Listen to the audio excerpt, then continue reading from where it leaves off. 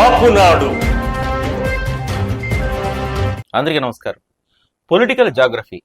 ఈ political geography అంటే political అంటే అందరికీ తెలిసిందే. జాగ్రఫీ అంటే భౌగోళిక శాస్త్రం, అంటే భూమి, నీరు, అక్కడ అట్మాస్ఫియర్కి సంబంధించినటువంటి శాస్త్రాన్ని జాగ్రఫీ అంటారు. ఒక ప్రాంతంలో ఆ ప్రాంతంలో ప్రజల అలవాట్లు, ఆచారాలు, వాళ్ళ కుల కట్టుబాట్లను బట్టి రాజకీయాలు చేయాల్సినటువంటి అవసరం ఉంది. దీన్నే పొలిటికల్ జాగ్రఫీ అంటారు. ఇది చేయడంలో జగన్మోహన్ రెడ్డి 100% ఫెయిల్ అయ్యారు. అందుకే గత ఎన్నికల్లో ఘోరంగా విఫలం అయ్యారు. పొలిటికల్ జాగ్రఫీ అంటే ఎట్లా చేయాలి? ఇప్పుడు ఫర్ ఎగ్జాంపుల్ రాయలసీమలో రెడ్డిస్కి ఎక్కువ పట్టుంది. ఇంకా ముందుకు వస్తే ప్రకాశం జిల్లా నుంచి కృష్ణా జిల్లా వరకు కమ్మాస్కి మంచి పట్టు ఉంది. గోదావరి జిల్లాలో కాపులకు పట్టుంది. వైజాగ్ రీజన్ పోతే బీసీలకు పట్టుంది. ఇంకా అటవీ ప్రాంతంలో ఎస్టీలకు ప్రాధాన్యత ఉంటుంది. సో ఈ ప్రాంతాల్లో ఉన్నటువంటి ఆయా కులాల పట్టును బట్టి అక్కడ పొలిటికల్ స్ట్రాటజీ చేయాలి.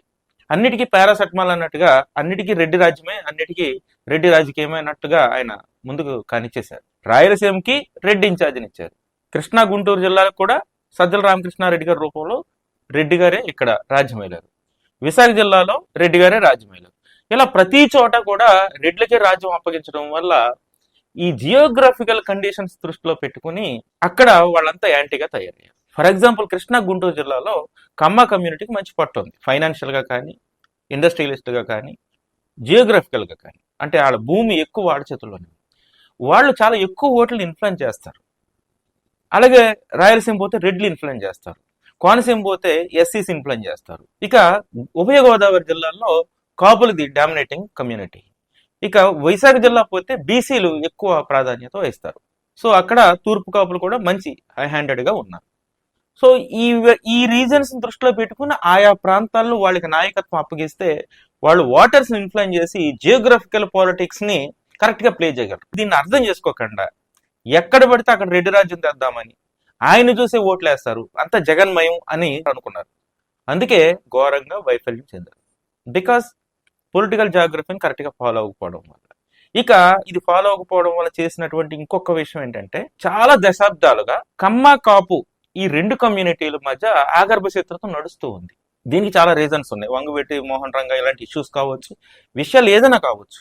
కాపులకి కమ్మాస్కి రాజకీయంగా కానీ ఇతర విషయాల్లో కానీ కలిసి పనిచేసే యోచన ఎప్పుడు ఎక్కడ లేదు. కానీ జగన్మోహన్ రెడ్డి గారి పుణ్యమాని, లేదంటే ఆయన వైఫల్య పుణ్యమాని, ఆయన చేతగంతనమాని మొట్టమొదటిసారిగా 2024 ఎన్నికల్లో పవన్ కళ్యాణ్ చొరవతో కాపు కమ్మ కమ్యూనిటీ ఏకమయ్యి జగన్మోహన్ రెడ్డికి యాంటీగా పనిచేశాయి.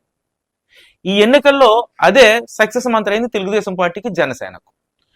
సో సరైనటువంటి స్ట్రాటజీ లేకపోవడం వల్ల, సరైనటువంటి పొలిటికల్ జాగ్రఫీ ఇంప్లిమెంటేషన్ చేయలేకపోవడం వల్ల ఈ ఎన్నికల్లో, గడిచినటువంటి ఎన్నికల్లో చంద్రబాబు నాయుడు గద్దెనెక్కడానికి, కమ్మ కాపు ఏకం కావడానికి ఆయా ప్రాంతాల్లో ఆయా కమ్యూనిటీలకు ప్రాధాన్యత ఇవ్వకపోవడం వల్ల పూర్తి స్థాయిలో విఫలమయ్యారు. లోకల్ గా అంటే ఒకప్పుడు స్థానిక ఎన్నికలు జరిగితే, ఫర్ ఎగ్జాంపుల్ సర్పంచ్ ఎన్నికలు జరిగితే ఈ వీధిలో ఏ కమ్యూనిటీకి ప్రాధాన్యత ఉంది? కాపులకు ప్రాధాన్యత ఉందా? బీసీలకు ప్రాధాన్యత ఉందా? ఎస్సీలకు ప్రాధాన్యత ఉందా? ఎస్టీలకు ప్రాధాన్యత ఉందా? కమ్మాస్కి ప్రాధాన్యత ఉందా? రెడ్డిస్కి ప్రాధాన్యత ఉందా? అని ఇలా కుల గణనలు చేసుకుని సర్పంచ్ ఎన్నికలు జరుగుతూ ఉంటాయి. కులానికి ఇన్ని ఓట్లు ఉన్నాయని ఎన్నికలు జరుపుతూ ఆ విధంగానే స్ట్రాటజీ చేస్తుంటారు సర్పంచ్ అభ్యర్థులు. ఇప్పుడు ఎమ్మెల్యే ఎన్నికలు కూడా, ఒకప్పుడు ఎమ్మెల్యే ఎన్నికలు ఎలా జరిగేవంటే, నియోజకవర్గం మొత్తం మీద 4-5 గ్రామాలు తిరిగితే ఎమ్మెల్యే అభ్యర్థి ఎలక్షన్ అయిపోయేది 70వ దశకం వరకు. ఎన్టీ రామారావు వచ్చిన తర్వాత అది మండల స్థాయికి, గ్రామ స్థాయికి వెళ్ళింది. చంద్రబాబు నాయుడు వచ్చిన తర్వాత వార్డు స్థాయికి, బ్లాక్ స్థాయికి వెళ్ళింది. సో ఇప్పుడు సర్పంచ్ ఎన్నికల్లాగే ఎమ్మెల్యే ఎన్నికలు కూడా జరుగుతున్నాయి. ఓట్ బై ఓట్ వర్కౌట్ చేస్తూ ఉన్నారు. మరి ఇంత మైన్యూర్ లెవెల్లో ఎలక్షన్ జరుగుతున్నప్పుడు కులాల ఆధారంగా, జాగ్రఫీ ఆధారంగా ఎలక్షన్ స్ట్రాటజీ చేయకుండా ఘోర వైఫల్యం పొందారు.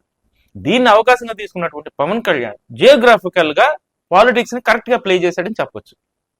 దానికి ఎగ్జాంపుల్ ఏంటంటే, ఆయన తీసుకున్నటువంటి 21 స్థానాల్లో ఎక్కువ సీట్లు గోదావరి జిల్లాలో తీసుకున్నారు. ఇది స్ట్రాటజీ, ఇదే పొలిటికల్ జాగ్రఫీ అంటే. రాయలసీమలో తక్కువ తీసుకున్నారు, ఎందుకంటే అక్కడ బలిజ కమ్యూనిటీ ప్రాధాన్యత ఉన్నప్పటికీ అక్కడ ఎక్కడైతే గెలుస్తారో అక్కడే జనసేన సీట్లు తీసుకుంది. గోదావరి జిల్లాలో కాపులో డామినేషన్ ఎక్కువ ఉంది కాబట్టి, అదే విధంగా విశాఖ జిల్లాలో కూడా బలిజ, తెలగ, ఒంటరి అంటే కాపు రిలేటెడ్ కమ్యూనిటీస్ కి ఎక్కువ ప్రాధాన్యత ఉంది కాబట్టి ఆ ప్రాంతాల్లో కొన్ని సీట్లు తీసుకున్నారు. సో ఇది పొలిటికల్ జాగ్రఫీ. పొలిటికల్ జాగ్రఫీని ఫాలో అయినటువంటి పవన్ కళ్యాణ్ 100% సక్సెస్ అయితే, పొలిటికల్ జాగ్రఫీని కాకుండా పొలిటికల్ రెడ్డి సిస్టాన్ని ఫాలో అయినటువంటి జగన్మోహన్ రెడ్డి 100% ఫెయిల్ అయ్యారు. సో ఇక్కడి నుంచి ఏ నాయకుడైనా సరే ఆంధ్రప్రదేశ్లో ఎన్నికల్లో ముందుకు వెళ్ళాలంటే క్యాస్ట్ ఈక్వేషన్స్ అంటే ముఖ్యంగా పొలిటికల్ జాగ్రఫీని ఫాలో అయితే విజయం సాధించవచ్చు. తర్వాత ఎపిసోడ్స్లో ఏ నియోజకవర్గాల్లో, ఏ జిల్లాల్లో, ఏ ప్రాంతాల్లో పొలిటికల్ జాగ్రఫీ ఎలా పనిచేస్తుందో తెలుసుకుందాం. Thank you. కాపునాడు వ్యవస్థాపక అధ్యక్షులు స్వర్గీయ మిరియాల వెంకట్రావు గారి 84వ జయంతి ఉత్సవాలు.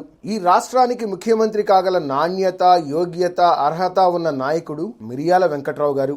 మిరియాల వెంకట్రావు గారి వంటి వారికి జన్మదినాలే ఉంటాయి కానీ వర్ధంతులు ఉండవు.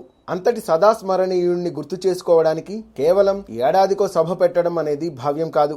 అందుకే ఆయన జన్మదినమైన డిసెంబర్ 25వ తేదీని సామాజికోద్యమ స్ఫూర్తి దినోత్సవంగా ప్రతి ఏటా జరుపుకుందాం.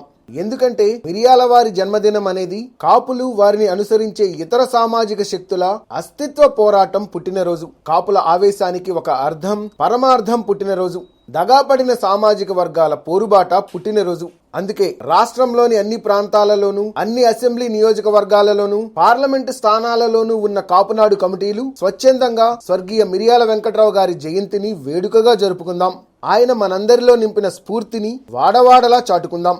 అన్ని కాపునాడు కమిటీలు, కాపునాడుకు అనుబంధంగా ఉన్న మహిళా కాపునాడు, యువ కాపునాడు, లీగల్ సెల్ మరియు మీడియా విభాగాల్లో స్వర్గీయ మిరియాల వెంకట్రావు గారి జయంతి ఉత్సవాల్ని ఘనంగా జరుపుకోవాలని కాపునాడు పిలుపునిస్తోంది.